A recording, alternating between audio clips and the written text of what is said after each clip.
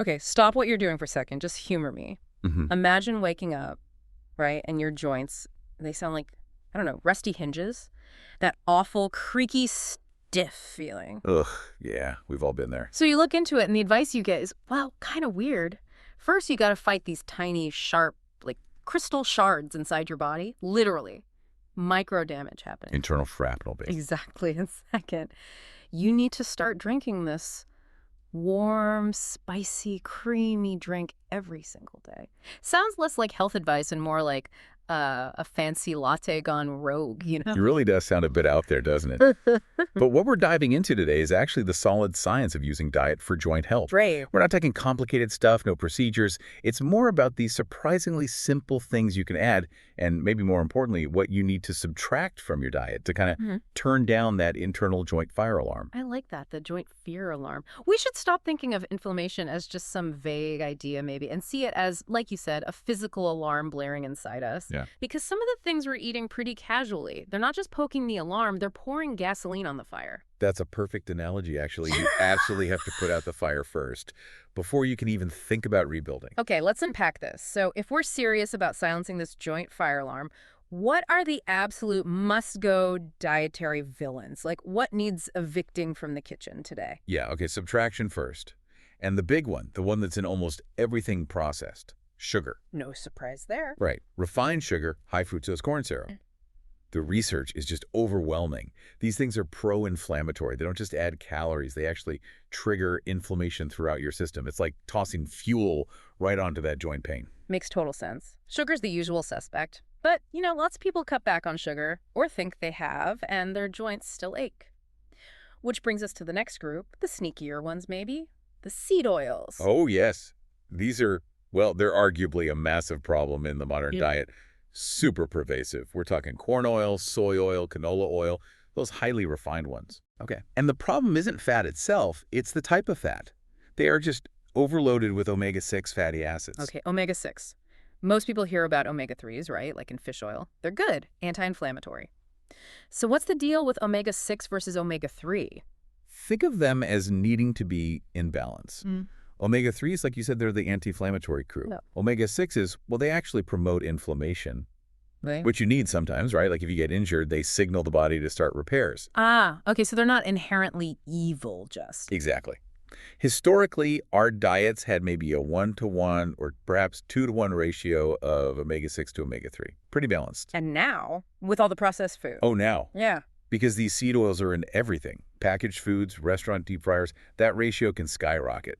We're talking 10-to-1, even 20-to-1 sometimes. 20 times more fire starters than firefighters. Precisely. Your body ends up in this state of constant low-grade inflammation. The stomach and your joints. They often feel it first. So swapping those out for things like olive oil, avocado oil, that's a huge step. Non-negotiable for balance. Wow. Okay, so just stopping those oils today isn't just helping now. It's letting our whole system kind of rebalance that crucial ratio over time. That's powerful on its own. What else has got to go? Well, beyond the sugar and oils, there are other triggers. Gluten, for instance, found in wheat, other grains. It can set off an inflammatory response. Often starts in the gut, but you feel it in your joints. Right. Gut-joint connection. Exactly. And then there's the stuff in processed foods. Additives like MSG, you find that in lots of flavor enhancers. And maltodextrin, this super processed starch used as a filler in everything from like chips to protein powders, all linked to inflammation spikes. Okay, that feels like a pretty comprehensive purge list. Sugar, bad oils, gluten maybe, MSG, maltodextrin. Got it. But now we get to the really weird part. The sci-fi stuff. The crystal shards. Ah, yes. The oxalate drama, as you called It it. sounds dramatic. Oxalates, they're in lots of healthy plant foods, right? But if they build up, they form these crystal-like things. That's right. And the sources describe them as literally sharp things that can end up in soft tissues, including joints, like tiny internal shrapnel causing irritation, inflammation. And of course, they're the main component of kidney stones, too. Right, so that's the drama. But here's the kicker. You get this aha moment because loads of healthy foods are high in oxalates. Spinach, chocolate, almonds, Swiss chard. Exactly. So why can one person eat spinach salads daily and be fine, while another gets terrible joint pain from the same food? Is it just genetics? Like some people can handle them, some can't? Sometimes, but often. No, it often traces back kind of surprisingly, to antibiotic use. Wait, antibiotics. How? This is really key. There's a specific friendly bacteria, a microbe in your gut. It's called Oxalobacter formigenes. And its whole job, its evolutionary purpose, is to eat oxalates. It's your built-in oxalate disposal system. Hold on. You're saying a round of antibiotics I took like years ago for something totally unrelated Right. might have wiped out the little guys whose job it was to clean up these joint-wrecking crystals. That's exactly what the science suggests can happen. If that microbe is gone or severely depleted, you've lost your main defense against oxalates. Suddenly, those healthy foods can become a problem, leading to arthritis-like pain or kidney stones. Wow, that's genuinely fascinating. It really shows how complex our internal ecosystem is, doesn't it? It really does. So if we suspect we might have this issue, this missing microbe, do we just have to avoid spinach and almonds forever? Say goodbye to chocolate. Not necessarily. There's actually a pretty simple, elegant solution here. It's magnesium. Magnesium. Yes, increasing your magnesium intake. Magnesium acts as a chelator. Basically, it can bind to those oxalate molecules in your gut before they get absorbed. It kind of escorts them out of the body safely. Ah, so it neutralizes them on the way through? Pretty much. It stops them from ever getting in your system to form those crystals. It's a fantastic, really low-risk countermeasure. Magnesium. The gut bodyguard. I like it. Easy to remember. Okay, before we switch to adding things in, we should probably just quickly mention 2 other common sensitivities that can bug the joints, right? Nightshades and lectins. Right, good point. Nightshades, that includes things like potatoes, the white ones, peppers, eggplant, tomatoes. For some people, compounds in these can trigger inflammation. Okay. And similarly, lectins.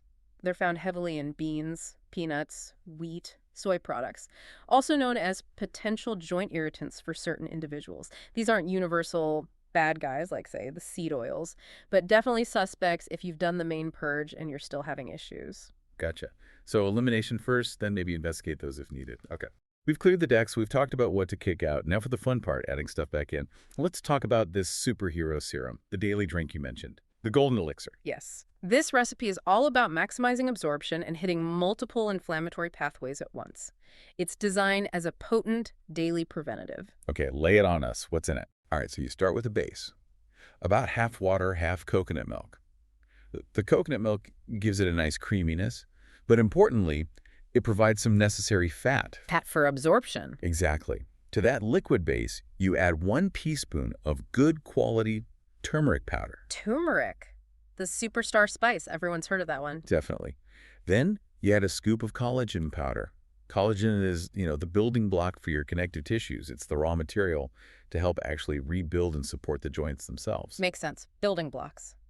Okay, turmeric, collagen, and now for the secret weapon, the tiny thing that apparently turbocharges the whole mix. Here's where it gets really interesting. Ah, yes, it's just a pinch of black pepper. Black pepper. Seriously. Yeah, seriously. Black pepper contains a compound called piperine, and when you take it with turmeric, the piperine acts like a special delivery service. It massively boosts the bioavailability, how much your body can actually absorb and use of turmeric's active compounds, the curcuminoids. How much boost are we talking? The research estimates around 2,000%. 2,000%. Just from a pinch of pepper. That's insane. It's incredible synergy, isn't it? Without that fat from the coconut milk and the piperine from the pepper, a lot of that expensive turmeric just passes right through you, unfortunately. Okay. Lesson learned. Always add pepper. But why turmeric specifically? What's it doing that's so powerful, maybe even comparable to, actual medicine? Well, turmeric, or specifically its main active compound, curcumin, is a powerhouse.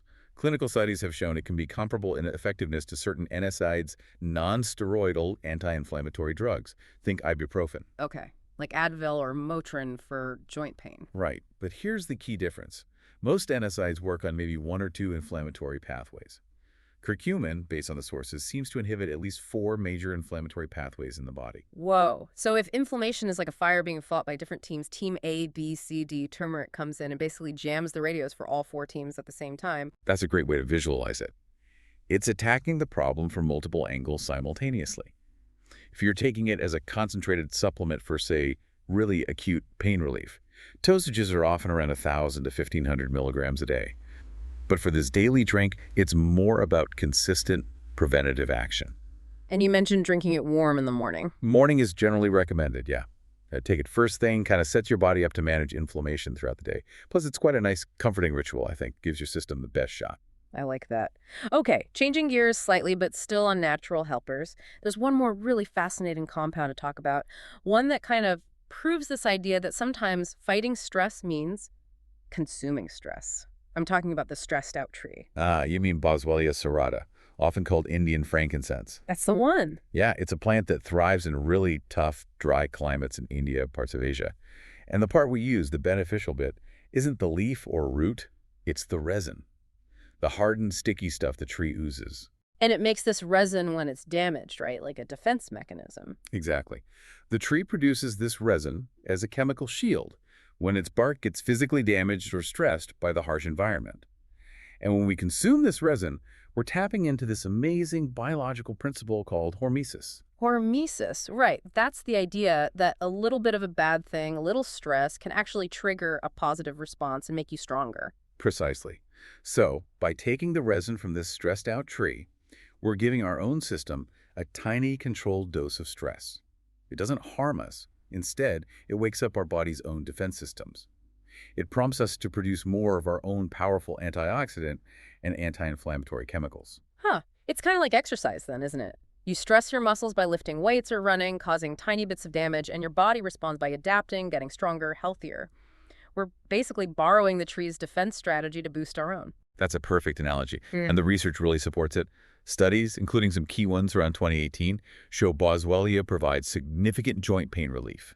It's been shown to be as effective as NSAIDs for reducing pain. As effective as ibuprofen again. Yes, and this is crucial without the common side effects, especially the gut irritation that often comes with long-term NSAI use. That is huge. No gut issues is a major win. Okay, so we've covered kicking out the bad guys, sugar, oils, processed junk. We've added the power players, the turmeric drink, collagen, this amazing tree resin now. For the single most important, and maybe the most hilariously anticlimactic recommendation of this whole deep dive, brace yourselves for the groundbreaking, high-tech, revolutionary movement advice. It's just walking. It really is. Walking. It sounds almost too simple to be the best exercise for joint pain, doesn't it? Completely. But it works. Walking keeps the joints moving. It encourages your body to produce that natural lubricating fluid within the joint capsule, and it does it all gently. No jarring impact. So it's the movement equivalent of strong medicine, but with zero side effects. Exactly. And beyond the joints, it's just fantastic for overall health. It's one of the simplest, most proven ways to actually extend your lifespan. We really shouldn't underestimate the power of just basic, regular movement. So if we try and tie all this together, connect it to the bigger picture, what we've really outlined is this kind of two-pronged approach to joint health, right? Defense and rebuilding. Yeah. Defense is crucial first. Subtract the dietary villains, the sugar, the seed oils, the fillers. Then you rebuild, intentionally adding these natural powerhouses like turmeric, collagen, maybe Boswellia, amplifying them with things like black pepper, and underpinning all of it. Simple, consistent movement, walking. So what does this all mean? I guess it means that sometimes the most effective ways to tackle these chronic problems involve this really cool overlap between like ancient wisdom using tree resin, a common spice, and modern science validating why they work. It makes you rethink where real health solutions might lie, doesn't it? And maybe the final thought for you, the listener, is this. If getting on top of chronic joint pain and inflammation is so much about what you stop eating and just moving in the most basic way, well, how many other complicated issues are we maybe just drinking away or walking past the solution to every single day? Something to think about until our next deep dive.